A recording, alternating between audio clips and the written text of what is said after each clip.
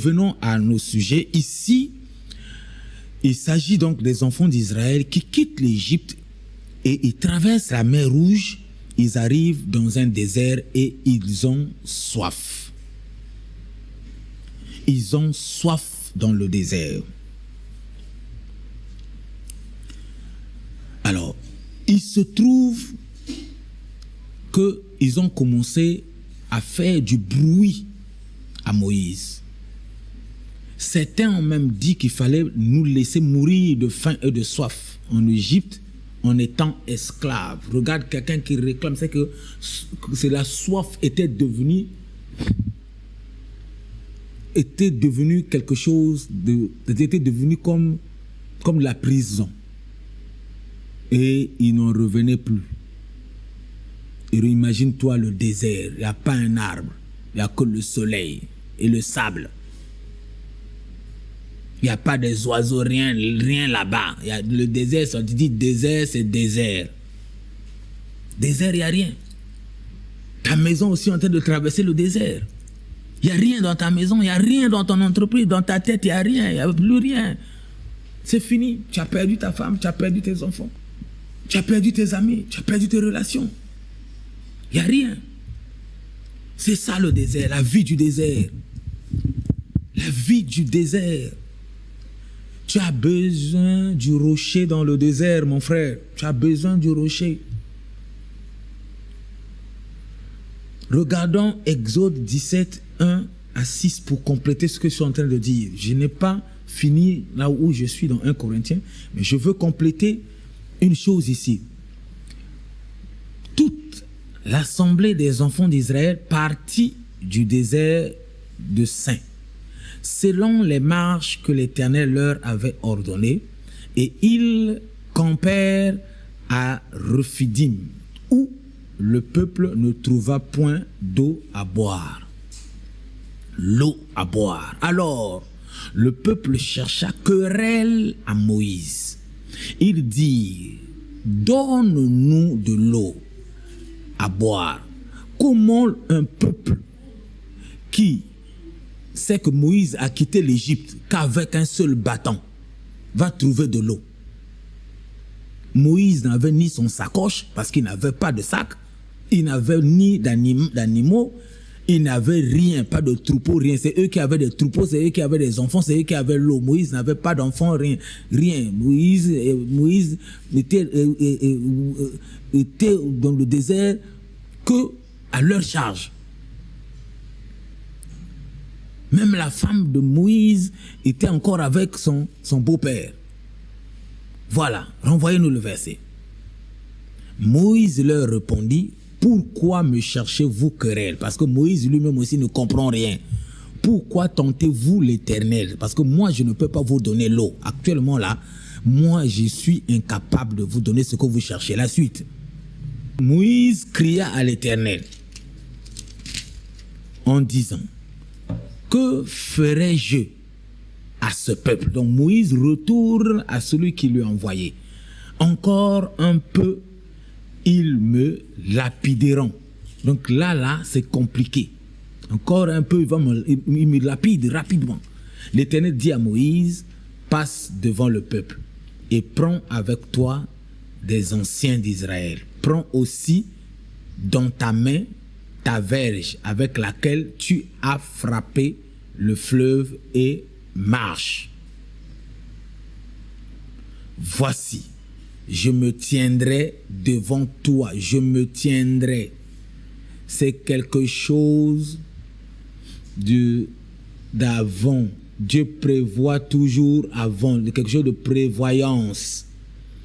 Je me tiendrai devant toi sur le rocher d'Horeb, et tu frapperas le rocher, et il en sortira de l'eau, et le peuple boira. Et Moïse fit ainsi aux yeux des anciens d'Israël. Écoutez-moi très bien, regarde un peu ce verset-là, s'il te plaît. Garde le verset-là, c'est là où nous allons un peu discuter avec le peuple de Dieu qui m'écoute.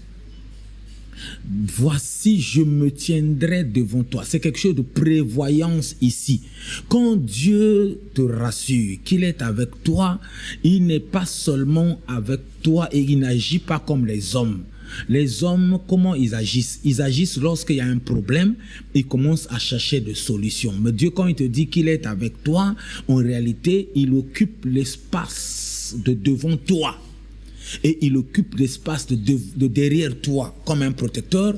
Il occupe l'espace de devant toi comme guide. Et un guide, c'est celui qui connaît tout et qui place des choses au fur et à mesure que ta vie avance. Tu rencontres les points que Dieu est en train de placer pour toi. Le rocher était devant eux. Ce rocher-là était devant. Moïse dit, et Dieu dit à Moïse, avance devant, je me tiendrai devant. Je me tiendrai devant et je serai sur le rocher. Il y avait plusieurs rochers, il y avait plusieurs montagnes, mais il y a une seule montagne que Dieu s'éteint. Le rocher d'Horeb.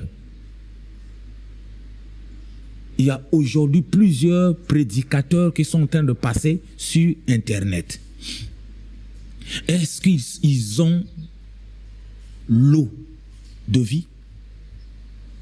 Est-ce que chaque prédicateur aujourd'hui communique la foi, communique la joie de vivre, de traverser des moments de crise, ou il communique la peur? Tous ceux qui communiquent la peur sont les serviteurs de Satan. Et la Bible, elle est claire là-dessus dans Matthieu 24. Ils vont se déguiser et ils seront là avec nous. Et ils parleront de Christ. Ils vont parler, il a dit, ils vont parler de moi. Ils parleront de moi. Donc lui, Christ, ils parleront de lui. Donc tout celui qui parle Christ, faut faire extrêmement attention. Même quand tu me suis là, il faut demander le Saint-Esprit. Le Saint-Esprit te communiquera et te dira si réellement c'est lui qui est en train de te parler ou bien c'est moi. Parce que je peux être un serviteur de ventre, mais j'utilise la Bible pour manger. C'est comme ça que ça se passe aujourd'hui. Certains utilisent la Bible parce que YouTube leur donne des vues, leur donne l'argent, et après avoir trouvé beaucoup de vues, et il a l'argent. Ils poursuivent pas la vie des gens. Moi, je suis en train de te parler de la montagne céleste. La montagne céleste, le rocher céleste accompagne toujours les enfants de Dieu. Accompagne toujours un enfant de Dieu. Un disciple est toujours accompagné par la montagne céleste. La montagne était là à côté, mais les enfants d'Israël ne voyaient pas, ni Moïse ne voyait pas. Aujourd'hui, ni toi ni moi, on ne voyait pas la montagne, mais Dieu vient de te dire ce matin qu'il y a une montagne à côté de toi, une montagne d'Horeb, une montagne où l'eau se retrouve. Quelle que soit la soif que tu as aujourd'hui, tu as soif de quoi? Que Dieu ne peut pas donner. Écoute-moi très bien, c'est très très intéressant. Moïse dit, nos pères ont mangé, ils ont bu dans le désert, ils ont bu de l'eau dans le désert, ils ont bu de l'eau. Avec quoi? Le désert n'a pas l'eau. Naturellement, un désert n'a pas l'eau. Il n'y a pas l'eau dans le désert. Il n'y a rien dans le désert, rien à manger. Ils ont fait 40 ans dans le désert. 40 ans, s'il vous plaît, dans le désert. Mais ce qui est intéressant ici, suis-moi très bien. La Bible dit que Moïse frappa. Si on peut nous renvoyer le verset, le dernier. Exode. On dit, tu frapperas le rocher et il en sortira de l'eau. Mais, merci. Louis Séguin ici parle de sortir l'eau. Mais lorsqu'on comprend le mot sortir, c'est comme l'eau du robinet. Mais dans le désert, ils étaient 2000 hommes, sans compter les femmes. Alors, si l'eau là sortait comme du robinet, comme l'eau du robinet, et qu'on venait boire comme ça, ils allaient faire combien de temps? Pour les hommes, après les femmes, surtout les femmes sont toujours plus nombreuses que les hommes. Après, c'est des enfants. Tu peux avoir un couple qui a 8 enfants et ils allaient finir de boire quand? Ça allait être compliqué.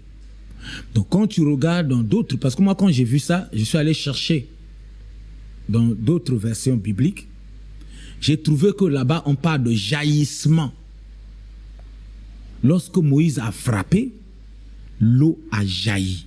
Et lorsqu'on parle de jaillissement, on parle de source. Et le jaillissement, c'est source de plusieurs départs.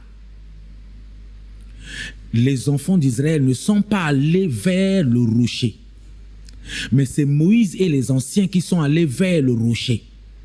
C'est qu'en allant vers le rocher, en frappant le rocher a jailli de l'eau qui, en retour, est venue vers les enfants d'Israël. Donc l'eau a créé des fleuves dans le désert. Parce qu'ils ont fait 40 ans, le rocher a donné l'eau seulement 2 fois. À l'entrée du désert et vers l'entrée de Canaan, vers la fin, pour qu'il entre à Canaan. C'est là où Moïse frappe pour la 2e fois et il meurt. Imaginez-vous, ça c'est quelle eau qui va faire quelqu'un a bu l'eau une seule fois. Ça lui fait 40 ans. Ça c'est quelle eau? C'est ce que Paul est en train de dire aux Corinthes, qu'ils ont bu l'eau de vie.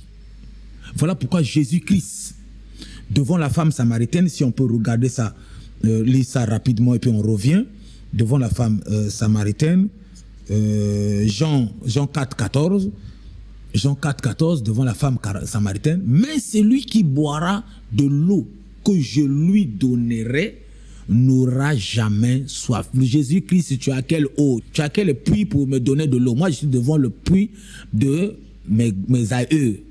Il y a l'eau ici, là. Toi, tu me parles de quelle eau?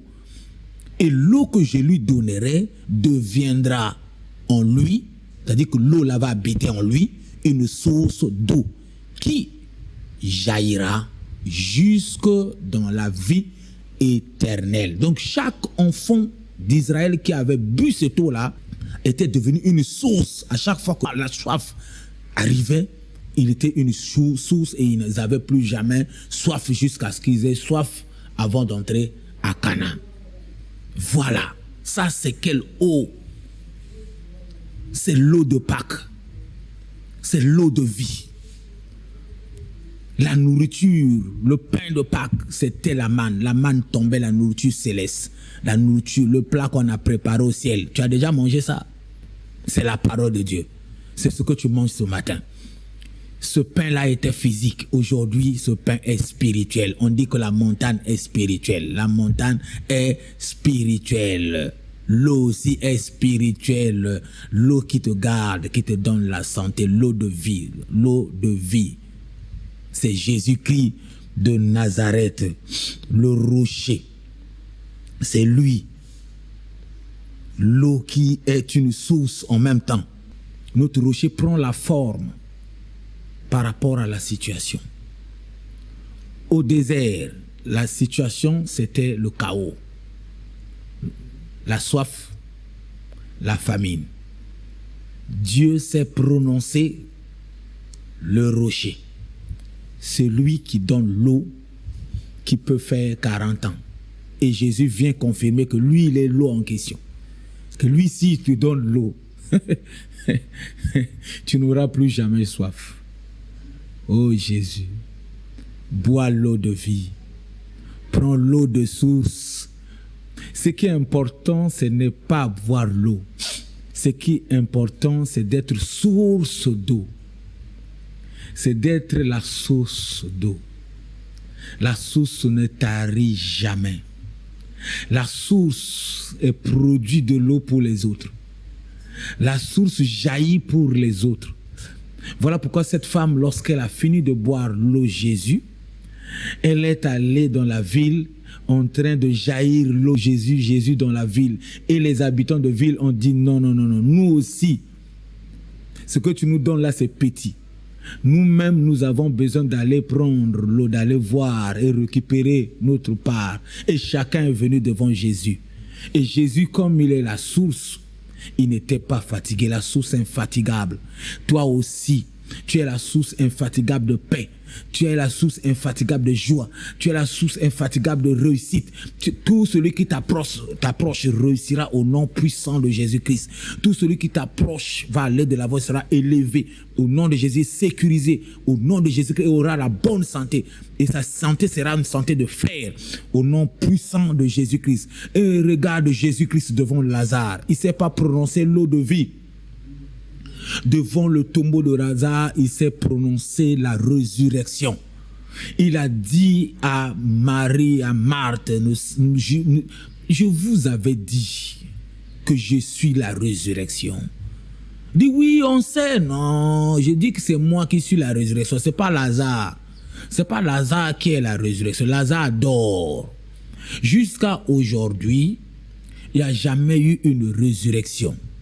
La seule résurrection, c'est la résurrection de Jésus-Christ de Nazareth. Résurrection, ça veut dire quelqu'un qui est mort, qui revient à la vie. Aucun homme qui meurt, qui revient à la vie. Personne, aucun. Lazare n'était pas mort pour revenir à la vie. Tous ceux qui sont revenus à la vie étaient en train de dormir, étaient en sommeil. Quelqu'un qui dort. Jésus a dit quoi là, à ceux qui étaient venus donner la nouvelle? Que Lazare, il dit aux disciples que notre ami Lazare n'est pas mort, mais il dort. La mort humaine, pour des gens qui reviennent à la vie, Jésus les identifie comme des dormeurs. Ils dorment sous un sommeil profond. Et lorsqu'on prononce le nom de Jésus, lorsqu'ils écoutent le nom de Jésus, ils reviennent parce qu'ils ont écouté le nom de la résurrection. La résurrection. Ils reviennent à la vie. Mais quand quelqu'un meurt, la Bible dit, on meurt une seule fois. C'est fini. Quand on quitte la vie là, la terre là, c'est une seule fois. On ne revient plus. Mais le seul qui est revenu après 3 jours, après 3 nuits, c'est Jésus-Christ de Nazareth. Ne prenez pas des choses de Dieu et mettez sur les hommes. Ne comparez pas un certain nombre de choses, s'il vous plaît. Et surtout ceux qui me suivent, parfois au milieu, ils ont des difficultés à comprendre. Quand je casse des choses, il y a des langages, il y a des choses qu'on attribue aux hommes, mais qui ne sont pas, qu'eux, ils ne méritent pas. Personne ne mérite la résurrection. La résurrection est le seul mot et la seule capacité de Dieu. Ce mot-là est un mot spirituel, puissant. Lorsqu'on prononce la résurrection au nom de Jésus-Christ, tout ce qui était mort ressuscite et revient à la vie. Au nom de Jésus-Christ, parce que la résurrection est la seule puissance capable d'engloutir la mort humaine. Ce que nous appelons mort, c'est pas ce que la Bible appelle mort. Ce que nous appelons mort, c'est ce que la Bible appelle dormir. Donc tous ceux qui dorment peuvent être ramenés à la vie par le ressuscité. Voilà. Il prend des formes devant des situations. Lorsque tu le vois avec Josué, il dit à Josué, hey, calme-toi. Josué dit même, prononce-toi, tu es qui? Tu es de l'autre ou tu es de leur? Il dit non, calme-toi, je suis le chef de l'armée de l'Éternel des armées. Je ne suis pas un simple militaire. Je ne suis pas un simple soldat. Je suis le chef. Même toi, Josué, je suis ton chef. Regarde Jésus. Et imagine-toi, tu es en train de combattre avec le chef de l'armée de l'Éternel. Les combats que tu es en train de traverser. Si tu crois maintenant à cette parole, le chef de l'armée va entrer et va combattre pour toi. Donc lorsqu'il s'agit des combats, lui il est le chef de l'armée. Lorsqu'il s'agit de la mort, il est la résurrection. Lorsqu'il s'agit du sang qui sortait d'une femme pendant 38 ans, il est le médecin, le docteur de docteur, il est professeur qui arrête les sons, l'écoulement. Jésus-Christ de Nazareth. Regarde-moi quelqu'un comme ça. Lorsqu'il arrive devant Abraham, il dit à Abraham, tu as affaire à un Dieu, le Dieu tout puissant. Tu sais ce que ça veut dire tout puissant? Tout puissant veut dire tout suffisant. Il est le Dieu tout suffisant. Regarde le Dieu, ton rocher. Ton rocher à toi. Regarde comment il est différent maintenant. Ton rocher est différent de leur. Tu as un rocher différent de leur. Ton rocher, c'est un rocher tout suffisant. Le même rocher là est la résurrection. Même rocher là est la puissance de Dieu. Le même rocher là est le chef de l'armée de l'Éternel. Le même rocher là prend des formes. Il est donc Christ, notre Dieu. Bien-aimé, il nous donne tout ce dont nous avons besoin dans chaque circonstance de vie. Jésus-Christ ne peut pas te demander de faire quelque chose que tu peux faire sans lui. Ou bien il ne peut pas te oindre, te donner une onction pour faire une chose que tu peux faire sans cette onction. Il ne peut pas te faire grâce de faire quelque chose que tu peux faire sans la grâce. Imagine-toi, tu viens me dire, papa, Dieu m'a dit de te donner soit ma cravate. Je vais accepter, mais je sais que Dieu ne peut pas te demander de me donner une cravate. Parce que tu peux me donner une cravate sans que Dieu te demande. Dieu m'a dit, parce que les gens ne comprennent pas le langage de Dieu. Ce que tu peux faire sans Dieu, fais-le. Mais ne dis pas, n'associe pas Dieu dedans. Dieu est dans l'impossibilité, là où les hommes s'arrêtent, là où toi tu ne peux pas, ce que tu ne peux pas me donner de ta force. Tu peux recevoir une grâce pour me le faire. Mais ce que ton salaire cadre pour m'enlever quelque chose dedans et m'envoyer comme dîme, tu ne vas pas attendre que Dieu te parle. Ce que tes revenus peut cadrer pour me faire un don de véhicule ou de quoi, Dieu ne peut pas te dire fais don à ton pasteur. Parce que tu as la capacité. Donc ce que l'homme a la capacité de faire, Dieu n'est pas dedans. Ne dis pas que Dieu m'a demandé de faire. Parce que tu as la capacité. Tu as la capacité de construire un bâtiment d'église. Fais-le. Dieu te bénira. Mais ne dis pas, n'attends pas que Dieu te parle pour construire un bâtiment d'église. Ou de donner une parcelle. Tu as 5 parcelles, tu veux donner à ton pasteur, tu attends que Dieu te parle. Dieu n'est pas dans des futilités. Ce qu'un homme peut faire, Dieu ne rentre pas dedans. Dieu est dans ce que l'homme ne peut pas faire.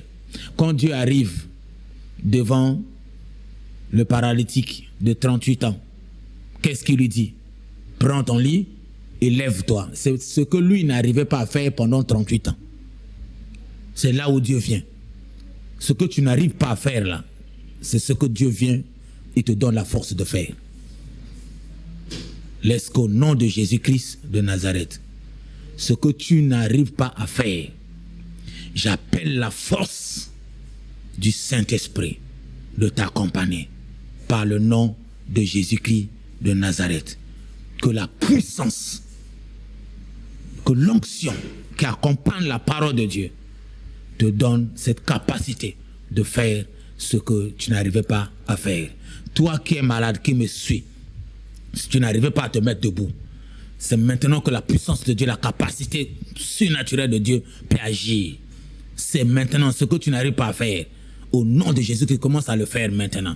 Elle commence à bouger. Mets-toi debout. Commence à marcher. Au nom de Jésus-Christ. Elle commence à le faire. Toi qui n'arrivais pas à manger, prends quelque chose et mange. Toi qui avais un problème de cou, prends quelque chose, commence à bouger ton cou. Au nom de Jésus-Christ. Toi qui avais un problème de vue, commence à voir maintenant. Au nom de Jésus, je provoque un vent de guérison dans des maisons de ceux qui sont tombés sur cette vidéo maintenant.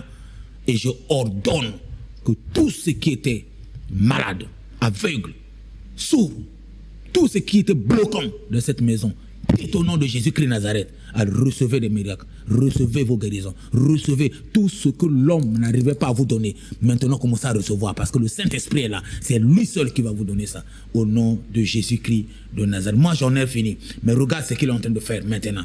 Regarde ce qu'il est en train de faire. Moi, je prie simplement, je remercie l'Éternel. Le Saint-Esprit est en train d'opérer dans une dimension surnaturelle. Et il est en train de donner la paix, de donner des solutions, de régler les situations du cœur, de donner la joie et de commencer à ouvrir les yeux pour certains. Ils vont commencer à regarder, à voir ce qu'ils n'arrivent pas à voir dans leur vie. Au nom de Jésus-Christ. Oh, merci Saint-Esprit pour le miracle qu'ils sont en train de faire. Tu es le miraculeux Père éternel. Tu viens là où les hommes sont arrêtés. C'est toi qui viens déplacer des montagnes. C'est toi, Père éternel. Tu as dit que notre rocher n'est pas égal à le leur. Et s'il y avait un rocher qui était en train de tromper les enfants de Dieu, que ce rocher soit avalé, englouti par toi au nom de Jésus-Christ de Nazareth. Père éternel, que le miracle qui est en train de s'opérer soit authentique au nom de Christ Jésus de Nazareth. Que Dieu te bénisse et qu'il bénisse sa parole.